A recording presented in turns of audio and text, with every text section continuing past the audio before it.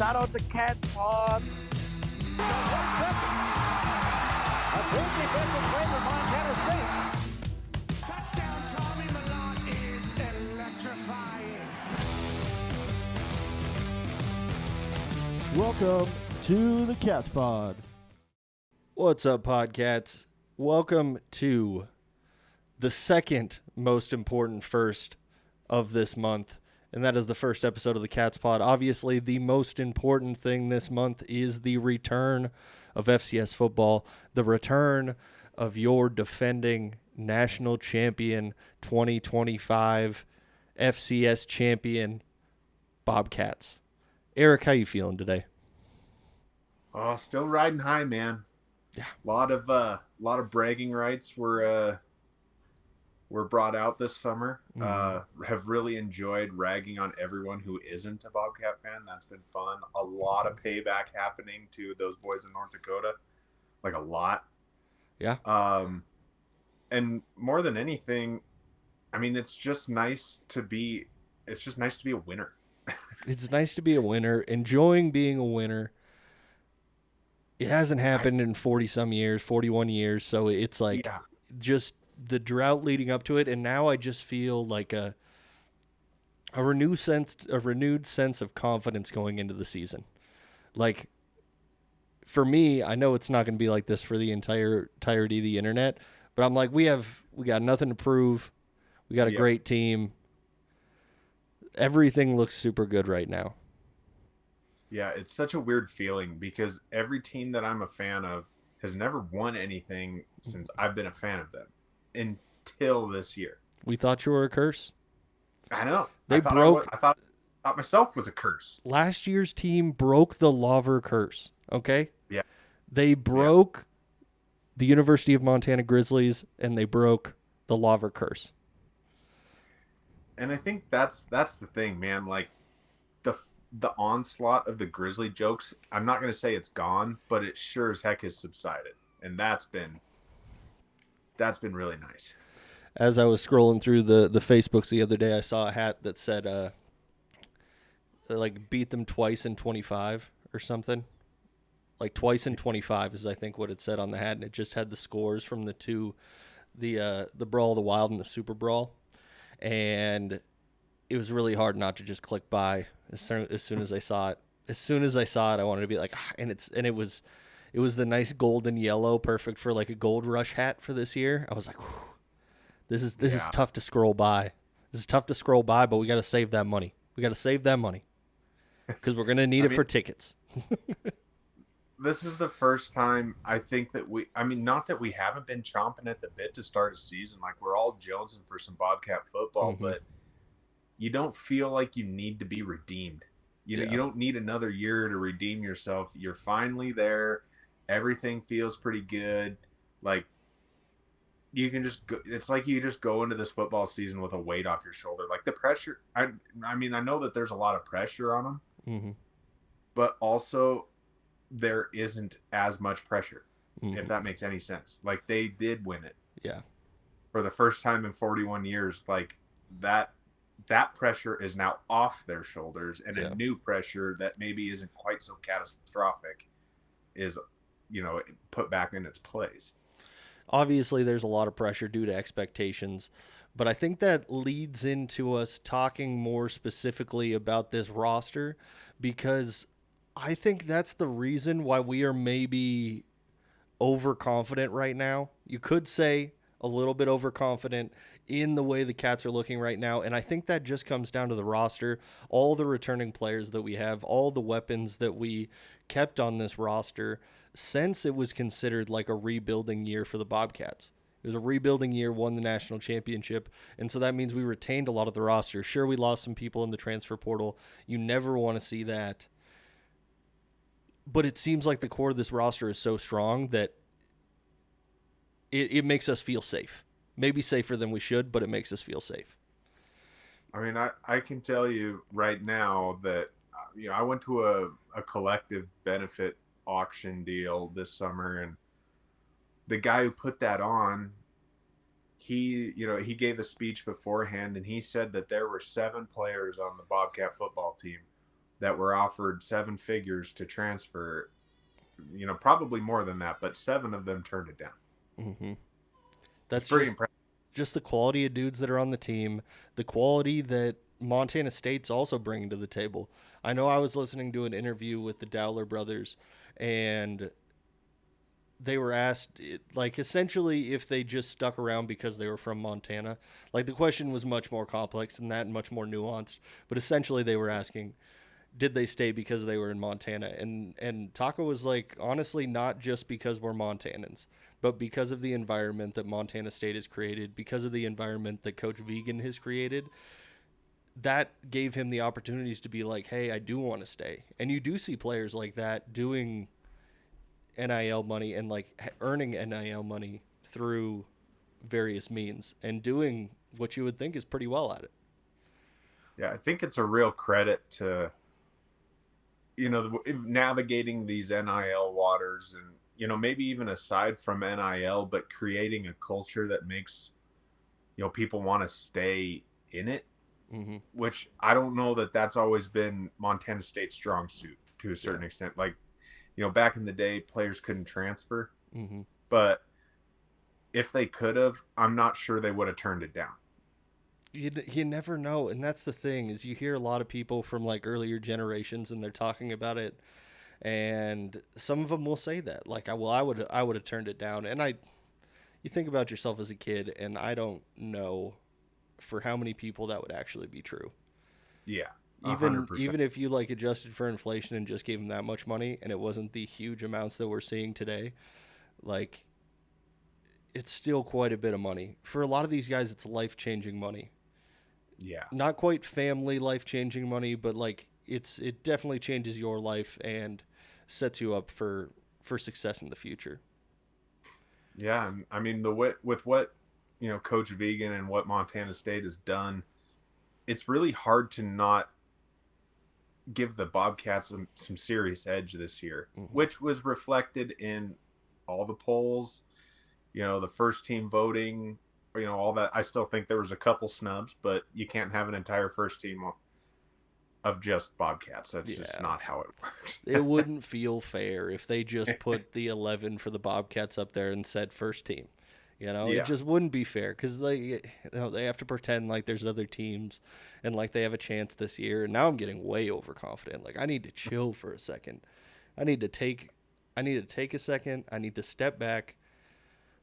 But that's the kind of confidence that's brought on by like a coaching staff that's so consistent and fair and seems firm in their philosophy and firm in what they want this football team to look like and act like. And nobody's executed that like Brent Vegan and this coaching staff. And even the coaching changes that we see this year, all of them look like solid replacements. We don't get bad coaches around here. No, I mean he's always been super picky with who he puts in there. It's a well thought out decision, and honestly, I think,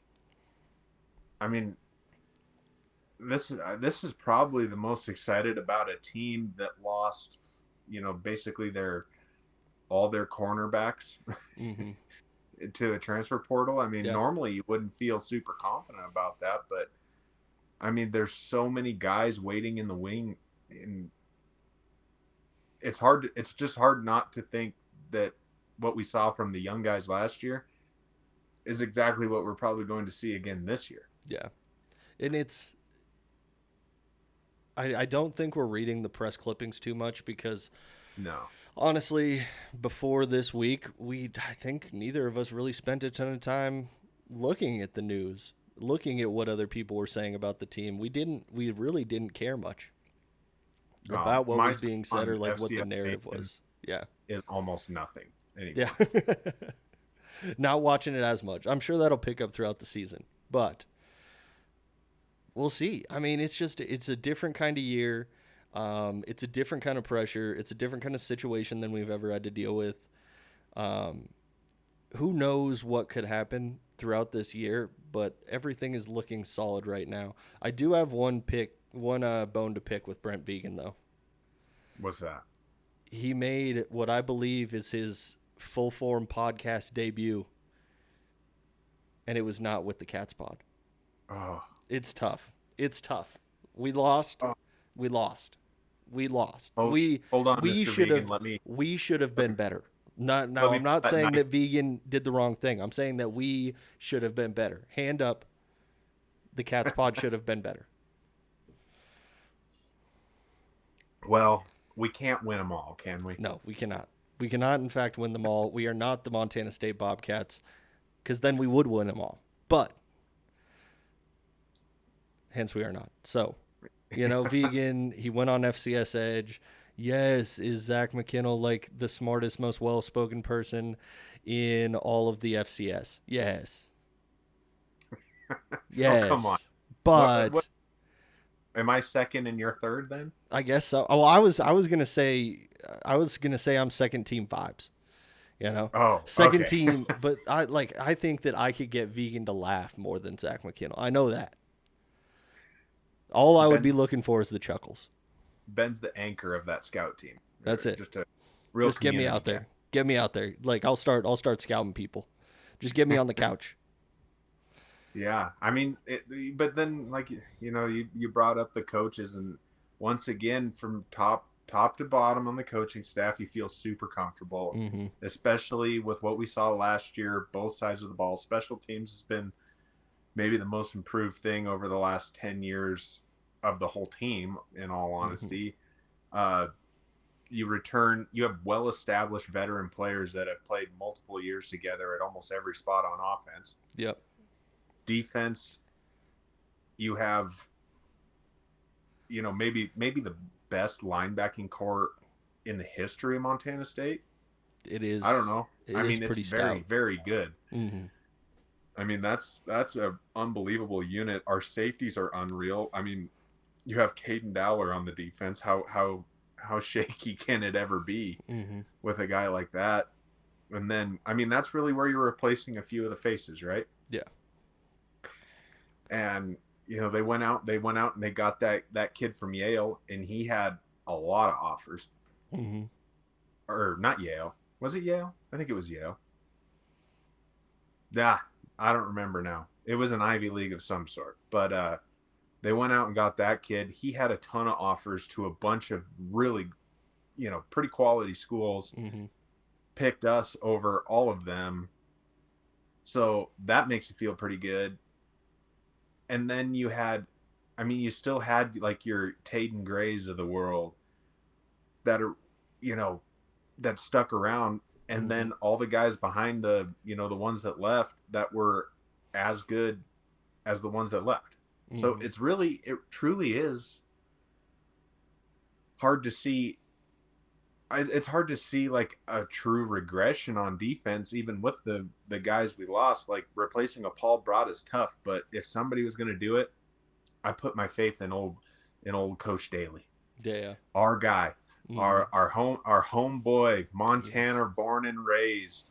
Our guy, I put my faith in him. the best Bobby in the state. Yes. The best Bobby in the state. I really think that the consistency and the fact that we're feeling so good about this team, so good about this team's trajectory, comes from those top three coaches, and also having no turnover in those top three, which I feel like it's been a long time since we could say that, where we have head coach, offensive coordinator, and defensive coordinator that are all staying, that weren't taken away by some other program. And I know it's only Pete Sturbick's second year, but it was one heck of a first year to be following up. So we're going to give you a lot more credit, and it feels like he's been there a lot longer, even though he hasn't been there more than 1 year. But those three, I think, create a lot of the cat culture stuff that we talk about all the time, and they're the reason why these players want to stay. They're the reason why the roster has stayed intact, and we get the new recruits that we do, and we do so well in the freshman scouting. Yeah, and I really feel like, some of these recruits that have signed here, in the last couple of months are maybe another step up from what we've, not that our recruits haven't been fantastic, but these ones are turning down offers from, North Dakota States of the world, like, those level FBS schools. Mm-hmm. they're turning down those offers to come play for the Cats because the goal is no longer to compete for a national champion. The goal is to win it. Not that it hasn't been before, but now they've done it. They know what it tastes like. Like it's the setup of something real beautiful. I don't want to get too far ahead of myself, but I feel like we're turning a corner here. I think we are. Well, the question has now made a massive jump. The question for years and years and years was, can the Cats do it? Can they win that championship? And now that question is flipped on its head to, will they win the championship? Yeah. Like, it's not can they do it, it's just like, will they go back to back? Will they continue the success that we saw last year? They haven't given us any reason to not say that. So we're not going to go against them unless they give us a serious reason to start doubting them, which I have not seen so far. I mean, we picked up a second Fleischmann. Yes. We have 2 Fleischmanns now. Yes. So we got double the Fleischmann, and it's Brune. freaking Brune and Titan. Watch out for those guys. Yeah. Kudos to their parents. Those are really cool names. Yeah. They do it well over there in the Fleischmann house. They know how to name a person. Yeah. They got that down. They did, and I don't know which one was born first, but it doesn't seem like they had to work into it. They just knew what they were doing day one. Yeah, they got their name based off of how cool they were going to be. Their parents just knew that they were going to be super cool and probably really big. Yeah. Like, I'm guessing the Fleischmann parents are also fairly big. Yeah, I'm guessing that they are intimidating people. I'm guessing you see that family walking down the street and you just say, hello, good morning, sir. Good morning, ma'am. Good morning, sir. Good morning, ma'am. Good morning, sir. Good morning, sir. That's what you say. But you're very respectful. I think that's the thing I think that's where the difference comes now, is a lack of turnover, of rosters, coaching staffs, whatever you want. I think that stability breeds the success. You saw it with North Dakota State. They didn't have a ton of turnover, and they were able to compete. They were pretty much in it every single year, if not winning it every year. South Dakota State had a run like that until our old pal Jimmy Rogers gutted them, and I think they're probably working their way back now. But I think that we're in that spot now where our turnover has been low, and there's going to be some guys that they're going to use Montana State as a springboard, and I think that most of the guys are going to use Montana State to win and win a lot, and consistently, because the dynamics have shifted. We're no longer the little brother. As much as they all wanted to say that, and maybe it used to be true, that ain't true anymore. We have the most recent success. We have the most recent national championship. We beat them twice in 1 year. Like, I love how it's so easy to find a say to rip on the Grizzlies now. Yeah. It's so easy. It's my favorite thing. It just comes naturally anymore. You don't really have to reach for anything. Everything's just right here. It's just right here. It's all low-hanging fruit. So it's like, am I not going to pick anything? There's no fruit to reach for. I mean, I feel like, looking at the FCS on a whole, I don't know if you happen to have the, the coaches poll or, whatever polls came out with the rankings of the different schools and whatnot. But of course you have the Cats at the top. But that Grizzly number 2 was shocking. I can't believe South Dakota State didn't get the number 2. That one was absolutely shocking. I mean, South Dakota State at their strongest last year was pretty darn good. Unfortunately, injuries kind of tore them up there for a while. But I mean, you get in, we start talking about how the Cats had lack of turnover. Well, you go ahead and look at the Grizzlies. That was nothing but turnover. Or Illinois State, our national championship game opponent. I think they lost 36 guys to graduation. the Grizzlies lost that maybe more between graduation and the transfer portal. I mean, they lost their entire offensive line and defensive line, yet are picked to be number 2. So I guess the point I'm trying to make is, how is that even possible? Like, how do you overcome that kind of turnover and still get that much respect on your name? I feel like a lot of it is coming from the big names at the top that the Grizz were able to keep. A lot of that is coming from, you see Ayot's there again. You see Gilman's there again, people like that.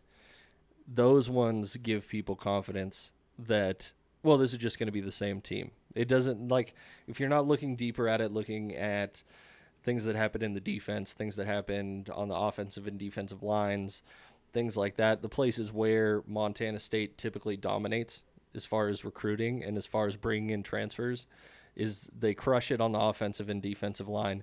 And I don't know if the Grizz are going to have made the appropriate changes to be able to match that. Yeah, it just seems to me like the logical thing to do with the rankings of the teams this year was to, the teams that were good, that didn't have a ton of turnover, maybe deserved a little more respect on them than the teams that lost their team, had to completely replace their entire roster. Yeah. But who knows? Maybe the Grizzlies can pull something out of the hat. I don't know. I feel like you can make, I think you can make a pretty safe argument for South Dakota State, just like you said, for them to be moved up into that number 2 spot. They were a banged up team last year. When they got healthy in the playoffs, they looked just like their old selves. Eventually they ran out of steam, but it was tough even going into those playoffs with the lack of chemistry that they had due to injuries.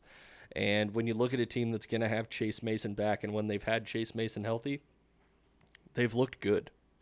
Yeah. They've looked very, very good. So you could easily make the argument for them in that 2 spot. Illinois State. Obrowski. Yeah, for sure. With Illinois State, you feel like they are still getting a lot of credit for last season, as they should. Whether things will shake out that way throughout the season, like the Missouri Valley is going to be super fun to watch throughout the entire year. There's a few Big Sky teams that we can get excited about. There's a few of them, but outside of the top, maybe you could call it 4 from the Big Sky, there's not a lot of juice from week to week. And the Missouri Valley, you have like 4, 5, maybe 6 teams that could all come out on top in that conference, like legitimately. Yeah. I think, without getting too far ahead of ourselves, the disparity in the Big Sky Conference is I think it's honestly starting to get really bad. Yeah. The top of the conference is so, honestly, some of these games are just going to be dog walkings. Like Utah Tech, Weber, Cal Poly, Portland State, Northern Colorado. Sorry, Ben, but boy. Don't talk about my Bears like that when they have their breakout season, those are we'll 5 see what's going on teams to pick out that are going to be absolute garbage. Yeah, it's tough, and it's almost getting to the point where we would actively root for like talent to go to those schools, which would not happen in previous years, where it's like we just needed to be more competitive to keep the competition level up. Not just for us, but for like it helps our rankings, obviously, but also to help Montana's rankings, to help UC Davis's rankings, Idaho's ranking, like the teams that we have been seeing at the top of the Big Sky Conference. Those teams, when it comes to the selection at the end of the year for that tournament, your strength of schedule is going to matter a lot. And if you're playing a bunch of bottom level teams or teams that are playing like bottom level teams, it's not going to help you out at all when you need to change a 8 into a 7 or a 9 into an 8 when you're in that range. Yeah, it'll be. It's the shakeout all the way across is going to be real. Like you said, especially in Missouri Valley, I still feel like South Dakota State's a little bit alone. I feel like they're still probably the best by a little bit, maybe not a ton, but But yeah, then you have South Dakota, North Dakota, Youngstown. I'm missing some, but there's three schools that are going to be good. They're always kind of competing. North Dakota State, the big bad bully, is gone now. They of course have their bottom dwellers, but I feel like those teams are a lot closer than Montana State is to most of the Big Sky Conference. Yeah. In the Big Sky, it's hard to really make a case.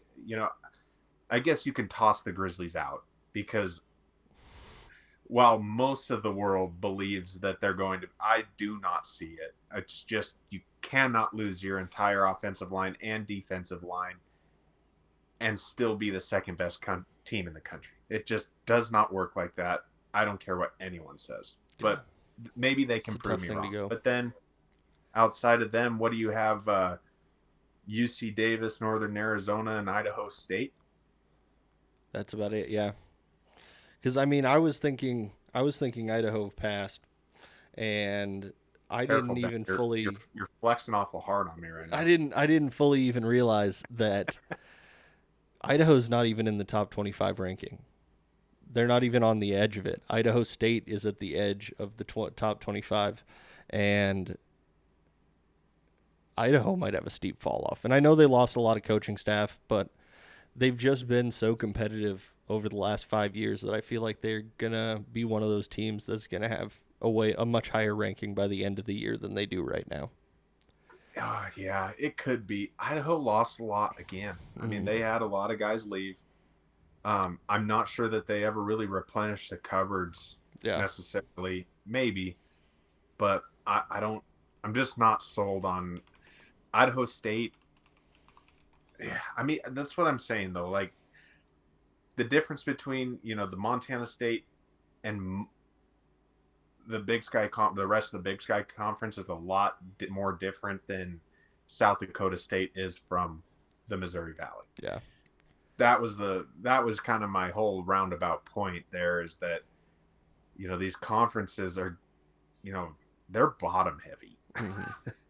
Like the bottoms are very pronounced, and I think it's really, and maybe that's just how good the Cats are. I don't know. They just that much better, but we remember these final scores from last year against most of the Big Sky Conference. It was pretty lopsided, and I am kind of, it's hard to not see that happening again. Yeah. It does make it very difficult. I'm not sure. I see the Grizzlies winning a lot of games this year. I see them winning most of the games on their schedule. I see the Bobcats winning most of their games. UC Davis probably won't lose much this year. And then the rest of the teams will kind of be fighting for that fourth spot. Like it's going to be a lot of competition over who gets to be in that fourth spot. Yeah. Yeah, I don't know. Somehow the Grizzlies got 7 home games again. I don't understand how they get that done. But they do once play again, a lot at home. they have more home games than anyone else. Mm-hmm. So, that is a pretty big benefit. I mean, everybody loves playing at home. It's easier to play at home. It is. But for sure. I could also see them losing to Northern Arizona. Mm-hmm. They're going to lose to the Bobcats. Yeah. What do they have? UC Davis? I think they do. I believe they do. I don't think that's a easy win by any means, and just especially on where that game's located. I'm pretty sure they have Idaho State also. Mm-hmm. And of course they have Oregon State, which isn't going to go probably too well, but those games are thrown aside for a reason when it comes to the the final, the end of the season. But it's realistic the Grizzlies could have, those are 4 tough games. They could drop 2 out of those 4, 3 out of those 4 pretty. Yeah. I'm not saying that it's a lock for them, but I'm saying that there's a lot of them where it's like the Grizz are going to be a favorite every single game. Not that they aren't always, but they're Yeah. going to be a favorite every single game. And it's going to be the same thing for the Bobcats. Like, there's Yeah. going to be a lot of stuff. And obviously, we're going to go into the schedules more in depth next week. But it feels like something needs to change Big Sky Conference wide, because I would love for the Bobcats to stay FCS. I want them to stay FCS. But if things don't get more competitive, there's not going to be much reason for the Cats or the Grizz to stay at this level. Well, I mean, you can look at it this way. I mean, you can go across positionally on the Bobcats, and of course, we don't have any kind of depth chart or too deep or anything to go off of here. But I mean, if you directly compare, and you're better at taking your bias out than I am, but so I'll just give you a few things to pick here, and you can either give me, you know, Cats are better, Grizz are better, or a wash. So, Lance and Ayat. Oh, Lamson, obviously. Yeah, I would agree. But even the big Ayat supporters would have to probably say, at worst, that's a wash. You know, Gilman and Adam Jones. At worst, it's a wash. Taco Dowler, Brooks Davis. That's an easy one. Don't need to ask that question. Like, you could go, I would say Brooks Davis. Oh, how far do I? Jabez Woods. What about Jabez Woods? Well, there's your wash, probably, right? Yeah, Because you're going to take Dane Steele over him. Probably. Yep. I don't even know who their tight end is anymore, but I'm taking Rocky Lencioni, Bruin Fleshman, and Rylan Schlepp over whoever their tight end is. I don't really care who it is. Leuven's Valson. Leuven's Vals. Yeah, that's one of ours. I just like his name. Yeah, I know. I'm just saying He got a touchdown last year. We got a minimum of 3 guys that are better than at the tight end position. You give me any one of our offensive. I'm not even going to ask you. Just all 5 of them are better. And I know they've got some, you know, that Peyton Wing's coming back. Would you rather have Peyton Wing or Cole Taylor? Cole Taylor. Yeah. That's a pretty easy one. Great Falls. Would you rather have Peyton Wing or Bryce Grieve? That's a pretty easy one too. I mean, I feel like you go through positionally, and it's just such a step up for the Bobcats right now at every point, in the most including biased who way. they returned. Miles Sandstead versus whoever they have kicking for him, whatever his name is. You know. How about Brett Vegan versus Bobby Kennedy? I mean, Brett Vegan. He already came back from the dead, so I don't know if he can bring the Grizzlies back from the dead. That's true. That's the big kind question. Of witchcraft That's the have big they stirred up over there in the land of fruits and nuts? I know they brought Bobby Kennedy back. Now they're gonna bring back the Grizz. See, now this is the reptilian part of my brain saying they're always in hibernation. They're always ready to hand you out more heartbreak. You can't say too much right now. I mean, Ben, I feel like the people that have listened to us for a while now know that the Grizzlies have turned you into a bit of a whip dog. I'm a basket case.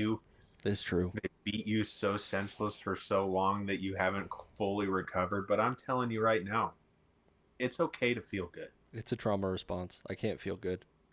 I want you to pat yourself on the back. You are a winner. I can't do it. I can't do it yet. I'm sorry, guys. I can't do it yet. Okay. But I mean, that being said, I've already been super overconfident during this podcast. I do feel very good about this team at every position, just like you named off. The worries that have been brought up about this Bobcat team mainly revolve around who's going to replace the cornerbacks. And so earlier today, as I was thinking about this question, who's going to replace those cornerbacks, I pulled up the roster again and looked at like the 24 people we have listed as a DB. And I was like, I think we're going to be okay. Yeah.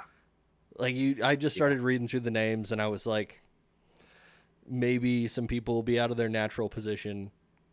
That doesn't seem like it's such a big deal when you're being coached by Bobby Daly and the quality of the cornerback coaches that they just, or the new cornerback coach that we brought in, and secondary coach. God, I think it's going to be still a very solid crew, and they're backed up by two of the best safeties that you could ask for. Yeah. But that, that was the question last year, right? Mm-hmm. Who's going to replace the corners? Because we lost both our corners the year before also. Yeah. And they didn't seem to have any trouble, and they felt pretty confident. And, honestly, I feel like there's no difference now. Like, they went out and got one transfer from an Ivy, who is a very, very good one, but that's all they felt that they needed. Mm-hmm. If they felt they needed more, they'd have gone and found more. I mean, there's tons of people in the portal. They could have went and found the guy that, maybe complements the room more than, is at the top of it. Cause I mean, you're still bringing back Bryant Meredith, he transferred in, decided to stay, had a great year last year. Yep. You still have Taden Gray. He's sticking around, and then you got a bunch of young, hungry dudes. Yeah. And there's still a lot of familiar names. I know they might not necessarily be strictly cornerbacks, but just guys that are in that secondary to bring that experience and everything. When you got like Taki, like Takari Carr, and JJ Dolan, and just guys that I know a couple of those guys I just listed have not been here for years, but after last season, it feels like they've been here for years. Yeah, that's true. I mean, and those are guys that somehow slipped my mind just a second ago that, I mean, like JJ Dolan is coming back hungrier than ever. He had to watch from the sidelines after he got hurt. Yep. That goes for, Xavier Aarons. I didn't even mention him in the linebackers. Yep. I mean, you literally in the linebacking core, you have Bryce Grebe, Cole Taylor, Xavier Aarons, and Daly. Mm-hmm. Like, that's an unbelievable linebacking unit. That is a hyper athletic, extremely physical group of dudes right there. And out of all those names, we have missed two names. And we're not even getting into the entirety of the defense when we miss Coulter Petrie. And, of course, Caden Dowler, who we've hinted at about 1 million times because you can't help but not talk about the guy. But you have a guy like there's not a lot to be worried about there. You have him, kind of, the big dog of the unit. Mm-hmm. I mean, he's basically what do you call him, a junior coach also? I mean, everybody's going to be asking him questions. He's able to help with the younger guys on top of, maybe a little extra past what the coaches are doing. Yep.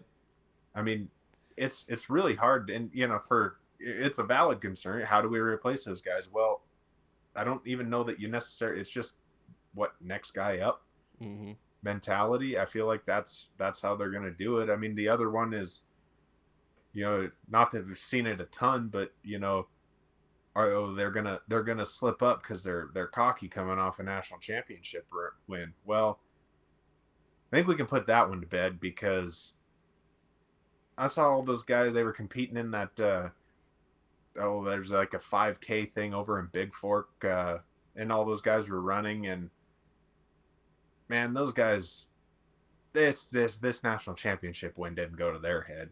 I mean, they come over. My 6-year-old son standing there, and he was being too shy to take a picture with them, but Adam Jones and Justin Lamson walked right over and gave him knucks while he was hiding behind his grandpa. So, I mean, they're just good people. Mm-hmm. Like they're pretty down to earth, at least in my experience, pretty down to earth. Good heads on shoulders. I don't see mental issues going into this one. No, I really don't. I think there's still a lot of focus, and I've listened to a lot of interviews and a lot of news coverage over the past few days, and every vibe that I'm getting off of like Taco and Caden and Lamson and all of the top leadership, Vegan, nobody seems super satisfied, which is crazy.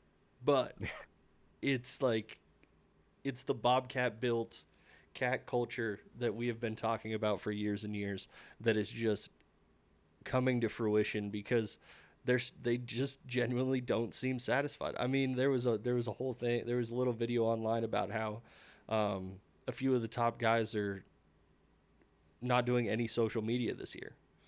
Yeah, I saw that. Like, that's a move that you make when you're like still hungry to win the championship. Well, that's the move that you make when you've lost the last few years and you're like, I'm really going to lock in. Yeah. So if they're going into this season and they're like, okay, now we lock in, where's the ceiling? Yeah, that's and fair. does the ceiling exist? Yeah, I that's a good point. I saw that social media thing, and you're right. That is, mute the noise. Mm-hmm. You just let all that stuff go, and nothing can get to you at that point. That's true hunger right there. Mm-hmm. I mean, one wasn't enough, and I don't blame him. If you have a chance to win two, why not? Why not? Back to back would be insane. Yeah, and I'm ready for it. Yeah. I am too. Him too. The only reason it's we're going to be super so stressful. It's going to be so stressful. Like as we get deeper and deeper into the season, the stress is going to kick in. Do you think I can request to the team stress-free wins every week? Because that's what my heart needs. Yeah, I think we could request that, and I think they'd be pretty happy with that as well. I don't think that they would be like, oh no, let's have some real barn burners. Let's not just dominate every single game. I think that they would be into it. And which two people make it easy for the Bobcats to stay off social media? Eric Lauver and Ben Christians. Because we got their backs. They don't have to say anything. We're already going to say it. They don't have to respond because we respond. We're coming out swinging. We're coming out swinging. Watch out. We got the big club now, and we're not afraid to use it. Yeah. Yeah. I mean, and that's the thing. You don't want to get too overconfident. No. But, yeah. I mean, I feel like this is kind of what, how North Dakota State felt for a while. Mm-hmm. You see the guys that are coming back, and you see the guys that, the guys who just won you a national championship aren't going anywhere for another year. It's like, well, this sounds pretty good. Let's do it again. Yeah. Looks like we'll just run it back. But, Ben, we also know that we're capable of waiting 41 years for a national championship. So that is true. That is true. We're pretty easy to please. I really hope we don't have to wait 41 years. I really wish you wouldn't have put that out in the universe, but I understand it is a possibility. Maybe these are the exact things that were being said way back in the 80s.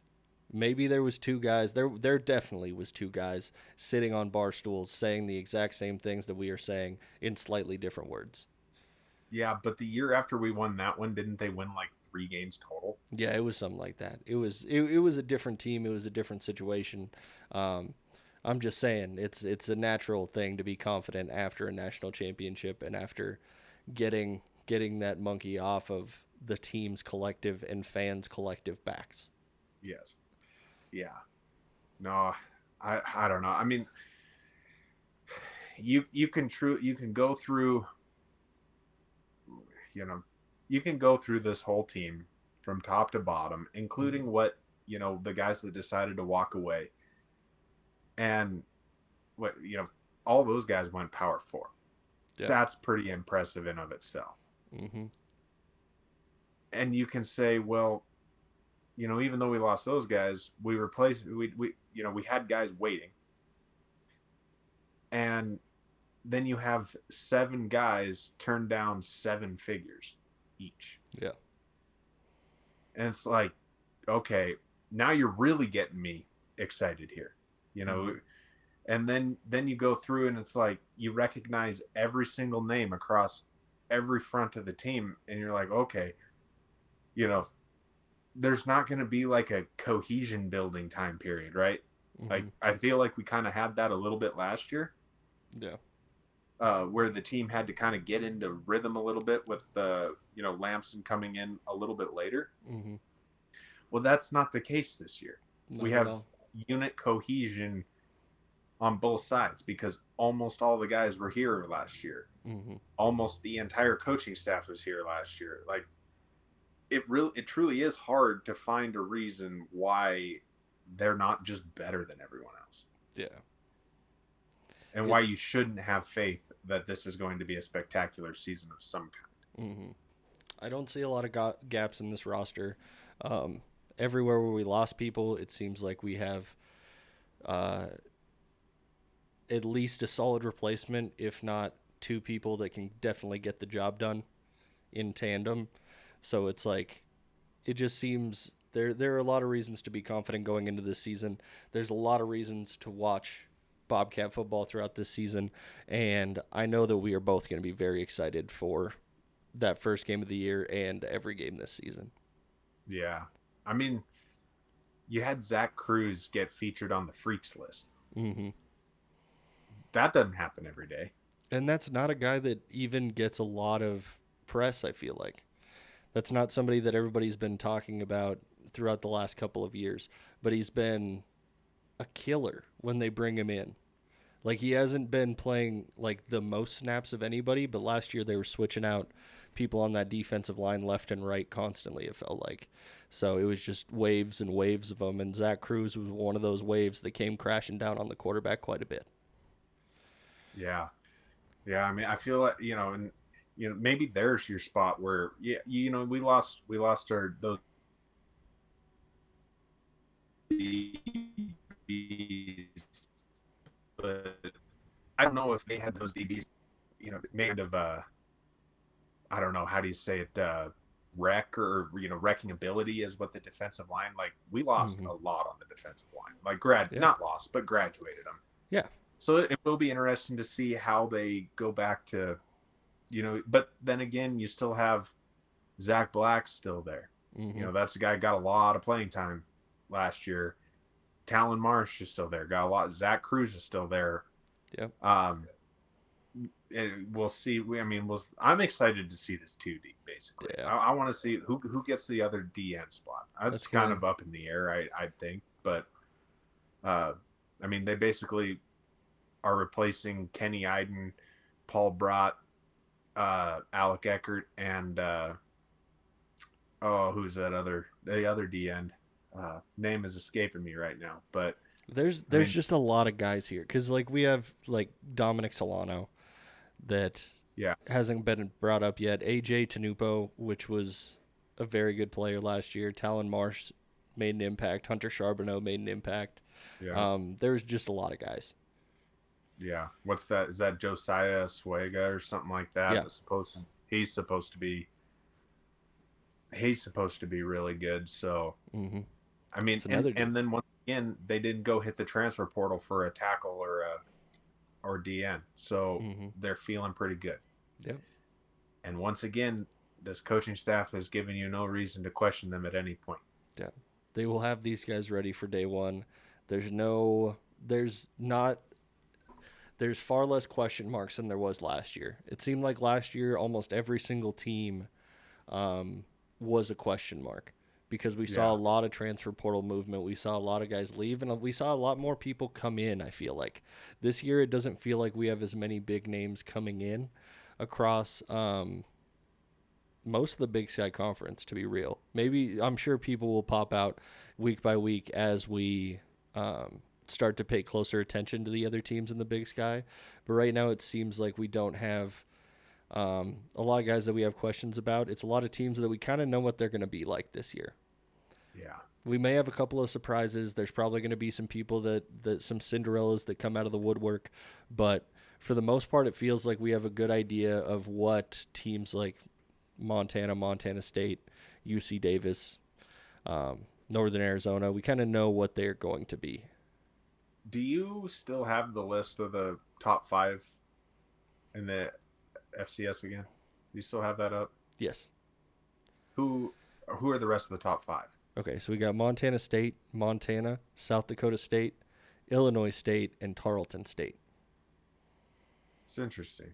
Illinois State, another team that had major turnover, but still managed to keep like their, the guys who were eligible to stay. Mhm. That Dylan Lord and those brothers. I'm pretty sure all three of those guys stayed. So, be interesting to see how that turns out. And Tarleton, Tarleton. We'll see. Tarleton's coach won me over last year.